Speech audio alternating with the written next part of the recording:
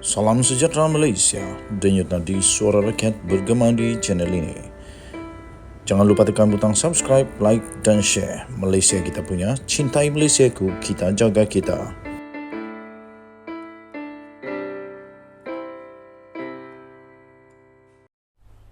Salam sejahtera Malaysia, denyut nadi suara rakyat bergema di channel ini.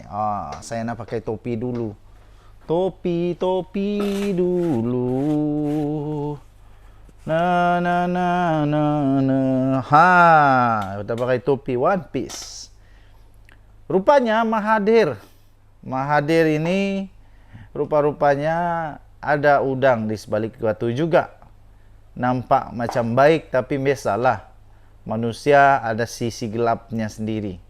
Kali ini sisi gelap Mahathir dibongkar sendiri oleh bekas orang kanannya sendiri. Wow. Bekas orang kanan Mahathir sendiri mendedahkan betapa peliknya, teruknya, dahsyatnya Mahathir ini. Orang kanannya ini sendiri mengatakan bahwa dia diugut untuk dipecat oleh Mahathir sebanyak 3 kali. Pengerusi DAP Lim Guan Eng, beliau berkata dan memberitahu bahwa beliau pernah diugut. Beliau diugut untuk dipecat sebanyak 3 kali oleh Tun Dr. Mahathir Mohamad kerana telah menentang pemimpin itu sewaktu beliau memikul tanggungjawab sebagai Menteri Keuangan. Wow. Guan Eng berkata ugutan itu diterima selepas beliau berjaya mendapatkan kelulusan kabinet daripada hampir setiap menteri untuk 3 inisiatif yang sebelum itu tidak dipersetujui oleh bekas Perdana Menteri berkenaan. Tuan-tuan dan puan-puan, sekarang Mahathir telah masuk di dalam satu parti baru iaitu Putra. Tidak takutkah perkara sama berulang? Rupanya Mahathir ini ada juga unsur-unsur apa itu kuasa itu bukan birokrasi, apa itu kuku besi, begitukah? Adakah? Sebab kalau tak diikut keinginan dia ugut mau pecat. Itu menurut Lim Guan Eng. Jangan pula selepas dia masuk Putra, dah lah pergi masuk rumah orang, tiba-tiba dia pula nak kena ikut kehendak oleh tuan rumah. Wow, kita tengoklah nanti. 3 inisiatif dibantah Mahathir itu membabitkan pemberian peruntukan tahunan 3.8 juta ringgit kepada ahli Parlimen Kerajaan, selain kajian semula kontrak kerajaan yang diberikan melalui rundingan terus dan tanpa tender terbuka serta cadangan tender terbuka untuk menggalakkan ketelusan dan accountability awam.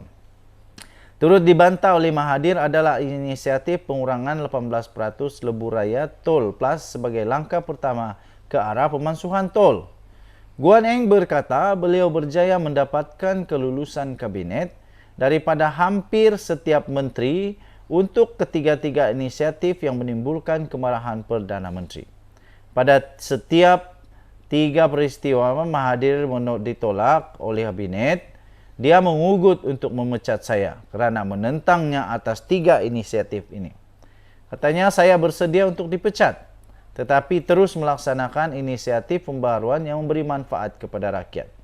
Bagaimanapun Mahathir tidak melaksanakan ugutannya itu, sebaliknya telah meletakkan jawatan sebagai Perdana Menteri atas kerelaan sendiri pada Februari 2020, katanya melalui Facebook pada hari ini.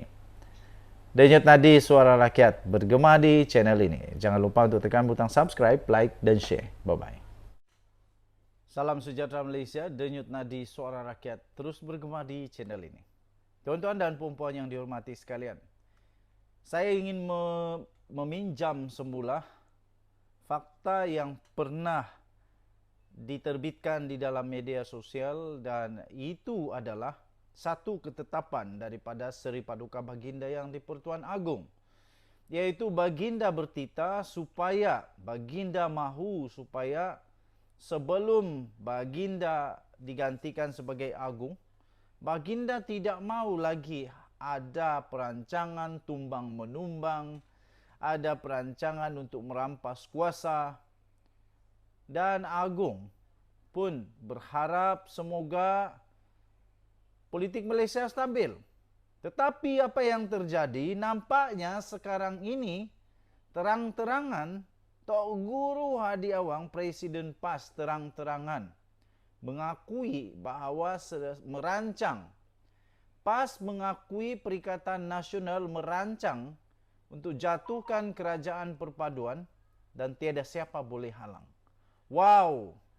Saya tidak tahu ini pernyataan sombong, bongkak, atau ini pernyataan yang sungguh berani, yang tak tahu macam mana berani dia. Tapi ini satu perkara yang mengejutkan. Nampaknya Tok Guru Hadi Awang tak puas lagi menjatuh-jatuhkan kerajaan. Kerana dia pun pernah mengaku bahawa dia adalah dalang utama di sebalik langkah Sheraton. Dan kali ini pula, dia pun mengaku bahawa Perikatan Nasional rancang jatuhkan kerajaan perpaduan. Nampaknya Tok Guru Hadi Awang memang nak sangat berkuasa.